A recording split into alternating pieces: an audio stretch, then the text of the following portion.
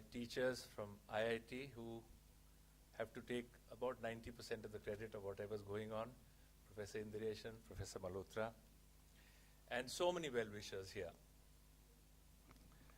I'm truly delighted to welcome you all to our 4th annual lecture. Some faces are familiar, and some, of course, are parents of people who've just joined in the first year. So very hearty welcome to everyone. Those of you who have been here even last year would have noted that the trees have become about 3 feet taller on the campus. We have about 3 times the number of students. We have a new undergrad hostel which is ready. And yet what you see is just about a fifth of what has to be built out by the year 2020, which is the date we had set to have the campus fully occupied with 5,000 students and 2,000 members of staff and administration. But those who have been here before, you've heard us talk about the fact we're wanting to build something distinctive. To build yet another university would perhaps be helpful, but we thought that we would try and do something with a little difference and perhaps create a model of a self-sustaining university which can then become a model that is just, many other people who are interested to come forward would come forward. We've talked about the 4 core principles. I'm sure everyone in this room has heard that word 100 times. Parents would have heard from the students. Students, they hear it every morning for a prayer, almost. But the 4 core principles we had set out to work on as the dimensions of distinction, the areas where we want to be doing serious work are to make it industry or society linked, which is the relevance to society that universities serve.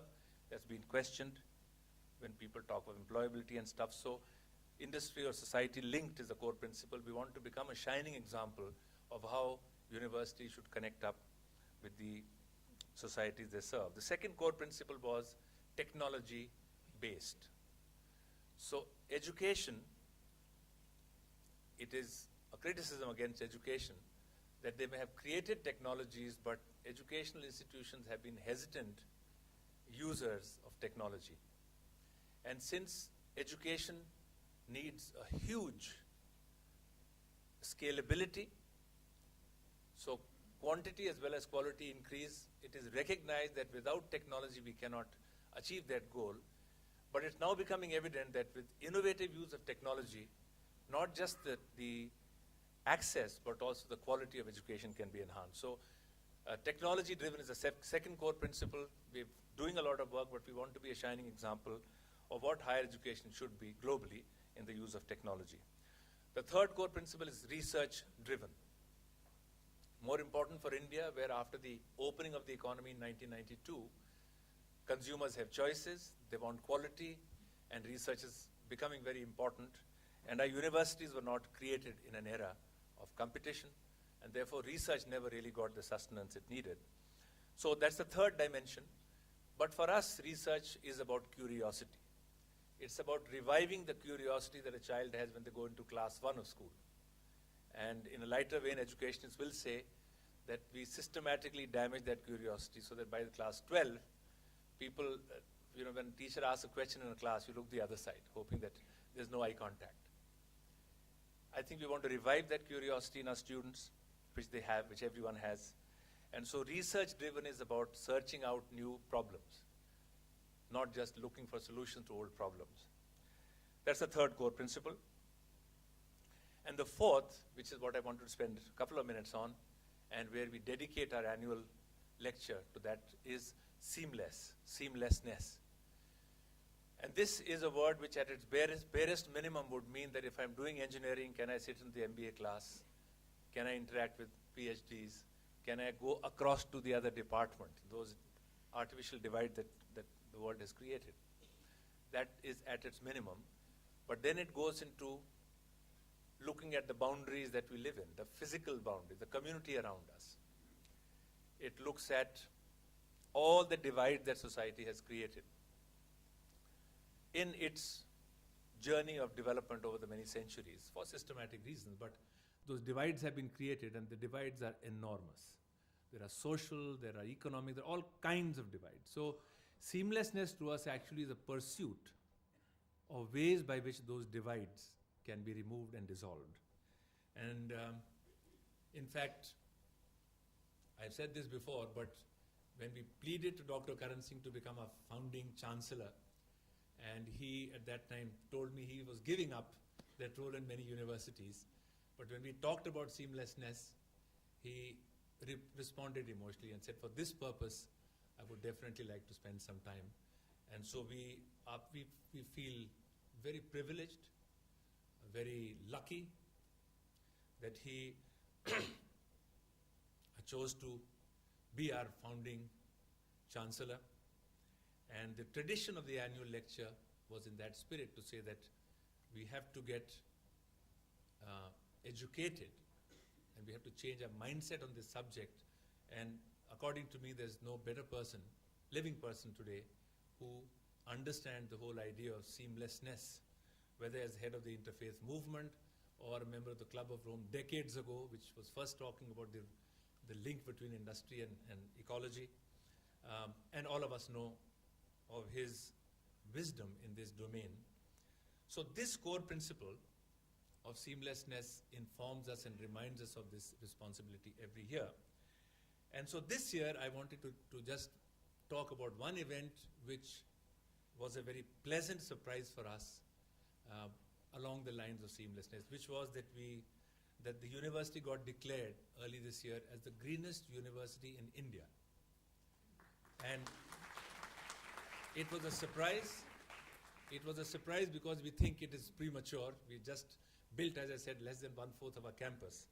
So we have wondered whether it was not a premature judgment, but then we, in trying to reflect on what could have been the reason why this recognition came, I can look at a few things. So energy becomes one of the big issues when we deal with the environment. And most of you, if you haven't seen, then you have to see the first thing we did here was to start looking at how to use Mother Earth as a mechanism to deal with heating and cooling. So the earth air tunnels which run under these first 4 buildings use the fixed temperature at 12 feet down, which is 24 degrees, to cool the air in the summer and to warm it in the winter. And so there the heat exchanges from Mother Earth and cuts down the energy requirements significantly. The undergraduate hostel at the back has a different method. You will see that as well. Again, doesn't use air conditioning. And so one is that we are consuming far less energy to deal with heating and cooling. And then if you walk the corridor, you will notice that there's a cut on every floor, and we have the sunlight coming from the top floor. So these corridors in the daytime need no light, they're lit. So we are harvesting as much sunlight as we can. In fact, the orientation of the buildings is such that there's a substantial amount of light. We have reflectors on the sides, so the labs get the light of the daylight. So energy is something we have focused on in the fundamental design at the master planning level. Water. We were told when we bought this land from the government that they do not plan that government will give you water from outside. And we did a lot of studies and found that because of this hillock, over the millennia, there's a natural reservoir which is under our land. And so long as we have mechanisms to store water, we can live off, even with 7,000 people we'll have in 2020, but with 97% recycling. So we are determined to be self-sufficient with water. And my colleague Air Commodore Kamal, who's passionate about this, caused the irrigation people to build 14 little check dams, because earlier every year the water used to flow past our campus, go through. Now in the hillock at the back, we've got 14 check dams, so the water does go down and we have advantage of that. And then we also started doing drip irrigation uphill, which is never done before. But we were taking natural water and moving it up. So if you turned at the northeast corner, you would see that there's a little forest beginning to develop there. But last year we went a step ahead. because we have a large number of students, we have a lot of waste, whether it's from the dining hall or from the hostels. And what we're doing now is recycling that and pumping it a little uphill. You will see a little green set of tanks if you go out. And then through gravity and drip irrigation, in a term that I heard for the first time called fertigation, which is we are using and recycling the waste, and the trees which are there, which are less than a year old, if you go and see, are doing extremely well. So water is the next reason I think we think has been noted. And then, of course, green and the trees. And as you drive in, you would note that right in the middle of the road was a tree. And they were about to, the guy who was building the road said, can we get rid of it? And we had to stop him. And there's some symbolic pictures there which say that, look, just to let everybody know that trees rule.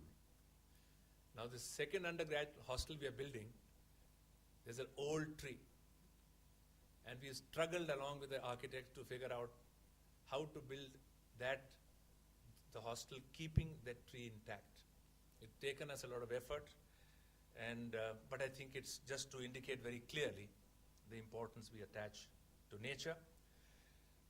This hillock at the back is called Kali Pahari, and Kamal has decided that it will be Hari Pahari in maybe 10 or 15 or 20 years. So a few thousand trees have been planted, but 1 million have to be planted. And what's interesting is that as we have started doing this, nature has started responding. It's quite remarkable to see that. We have hundreds of weaver birds' nests this year. We saw that last year as well, but it was tens and it's hundreds.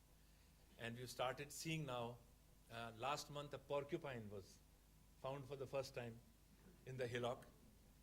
And the nilgayas are multiplying. And so why do I talk about this to a bunch of students who've come here to do engineering and computer science and management? And why is this important? So we do know that when we talk of research-driven principle, we are saying that we will have labs which in the industrial era have been the sources of new knowledge to build products and machines which have given us a whole middle class and the ability to buy goods at reasonable prices and better quality goods. So it's improved our living standards as we measure by material terms. So we've learned in this industrial era to use labs to do better living. But I think now in the post-industrial era, we are getting concerned about, well, we have a better standard of living, but is it a better life? And to me, that lab which can give us a better meaning and a better understanding of life is nature. So we have 100 acres within which we are putting up many labs to improve the standard of living, but we have 700 acres outside, which is a lab we have been gifted, which is the lab of nature. And we think that for students to be living in a lab which is nature is an opportunity to participate in the process of giving to nature and seeing it return itself in the period that you're on the campus. Because otherwise we've been systematically taking out of nature, and this whole question of the ecological disaster and fragile ecology and all of that, because we've been taking out of nature but not giving back. So now when the students are seeing that all the waste which we think is waste is actually the source of life, and all the carbon dioxide that we'll throw out is getting returned back as oxygen, I think this cycle is beginning to become visible. So the final year students are now beginning to feel homesick. And they said, finally, when the birds are coming and the porcupines are coming, we have to leave. So I think in your stay in college, in the university, we want students to be affected in a very visceral way with this connection with nature. Because then only will we build leaders who will confront this fundamental problem that society has created for itself of ecological degradation and start the process of reversal. They can see, a student here can see their contribution to the contribution to the reversal. So this dimension of seamlessness is what I wanted to touch on. And because this is about the seamlessness between man and nature, and if each of our students gets a chance to experiment and make a difference in their short tenure, they will go into life with a mindset which convinces them that you can actually give more back than you take. And that is one of the dimensions which I talked of seamlessness, which is so important. And this is a small part of the larger issue of seamlessness. And the talk, as I said, our annual lectures are all built around that fundamental theme. So Dr. Karan Singh was asking me when we were taking a picture outside that, you know, you got Sayyida here now, what will I say after she's spoken? So I was pulling his leg to say that every year we have to give you a new challenge. And those of you who were here last year would have enjoyed the discussion when he responded to Gurcharan Das year before last beautifully. And of course we had Vishi Anand last year as well. So Sayyida and Dr. Karan Singh are here to enlighten us and give us new perspectives to the field of seamlessness and to touch every one of our students in a way that it makes some fundamental change in their mind. So thank you so much for being here, and thanks to you both.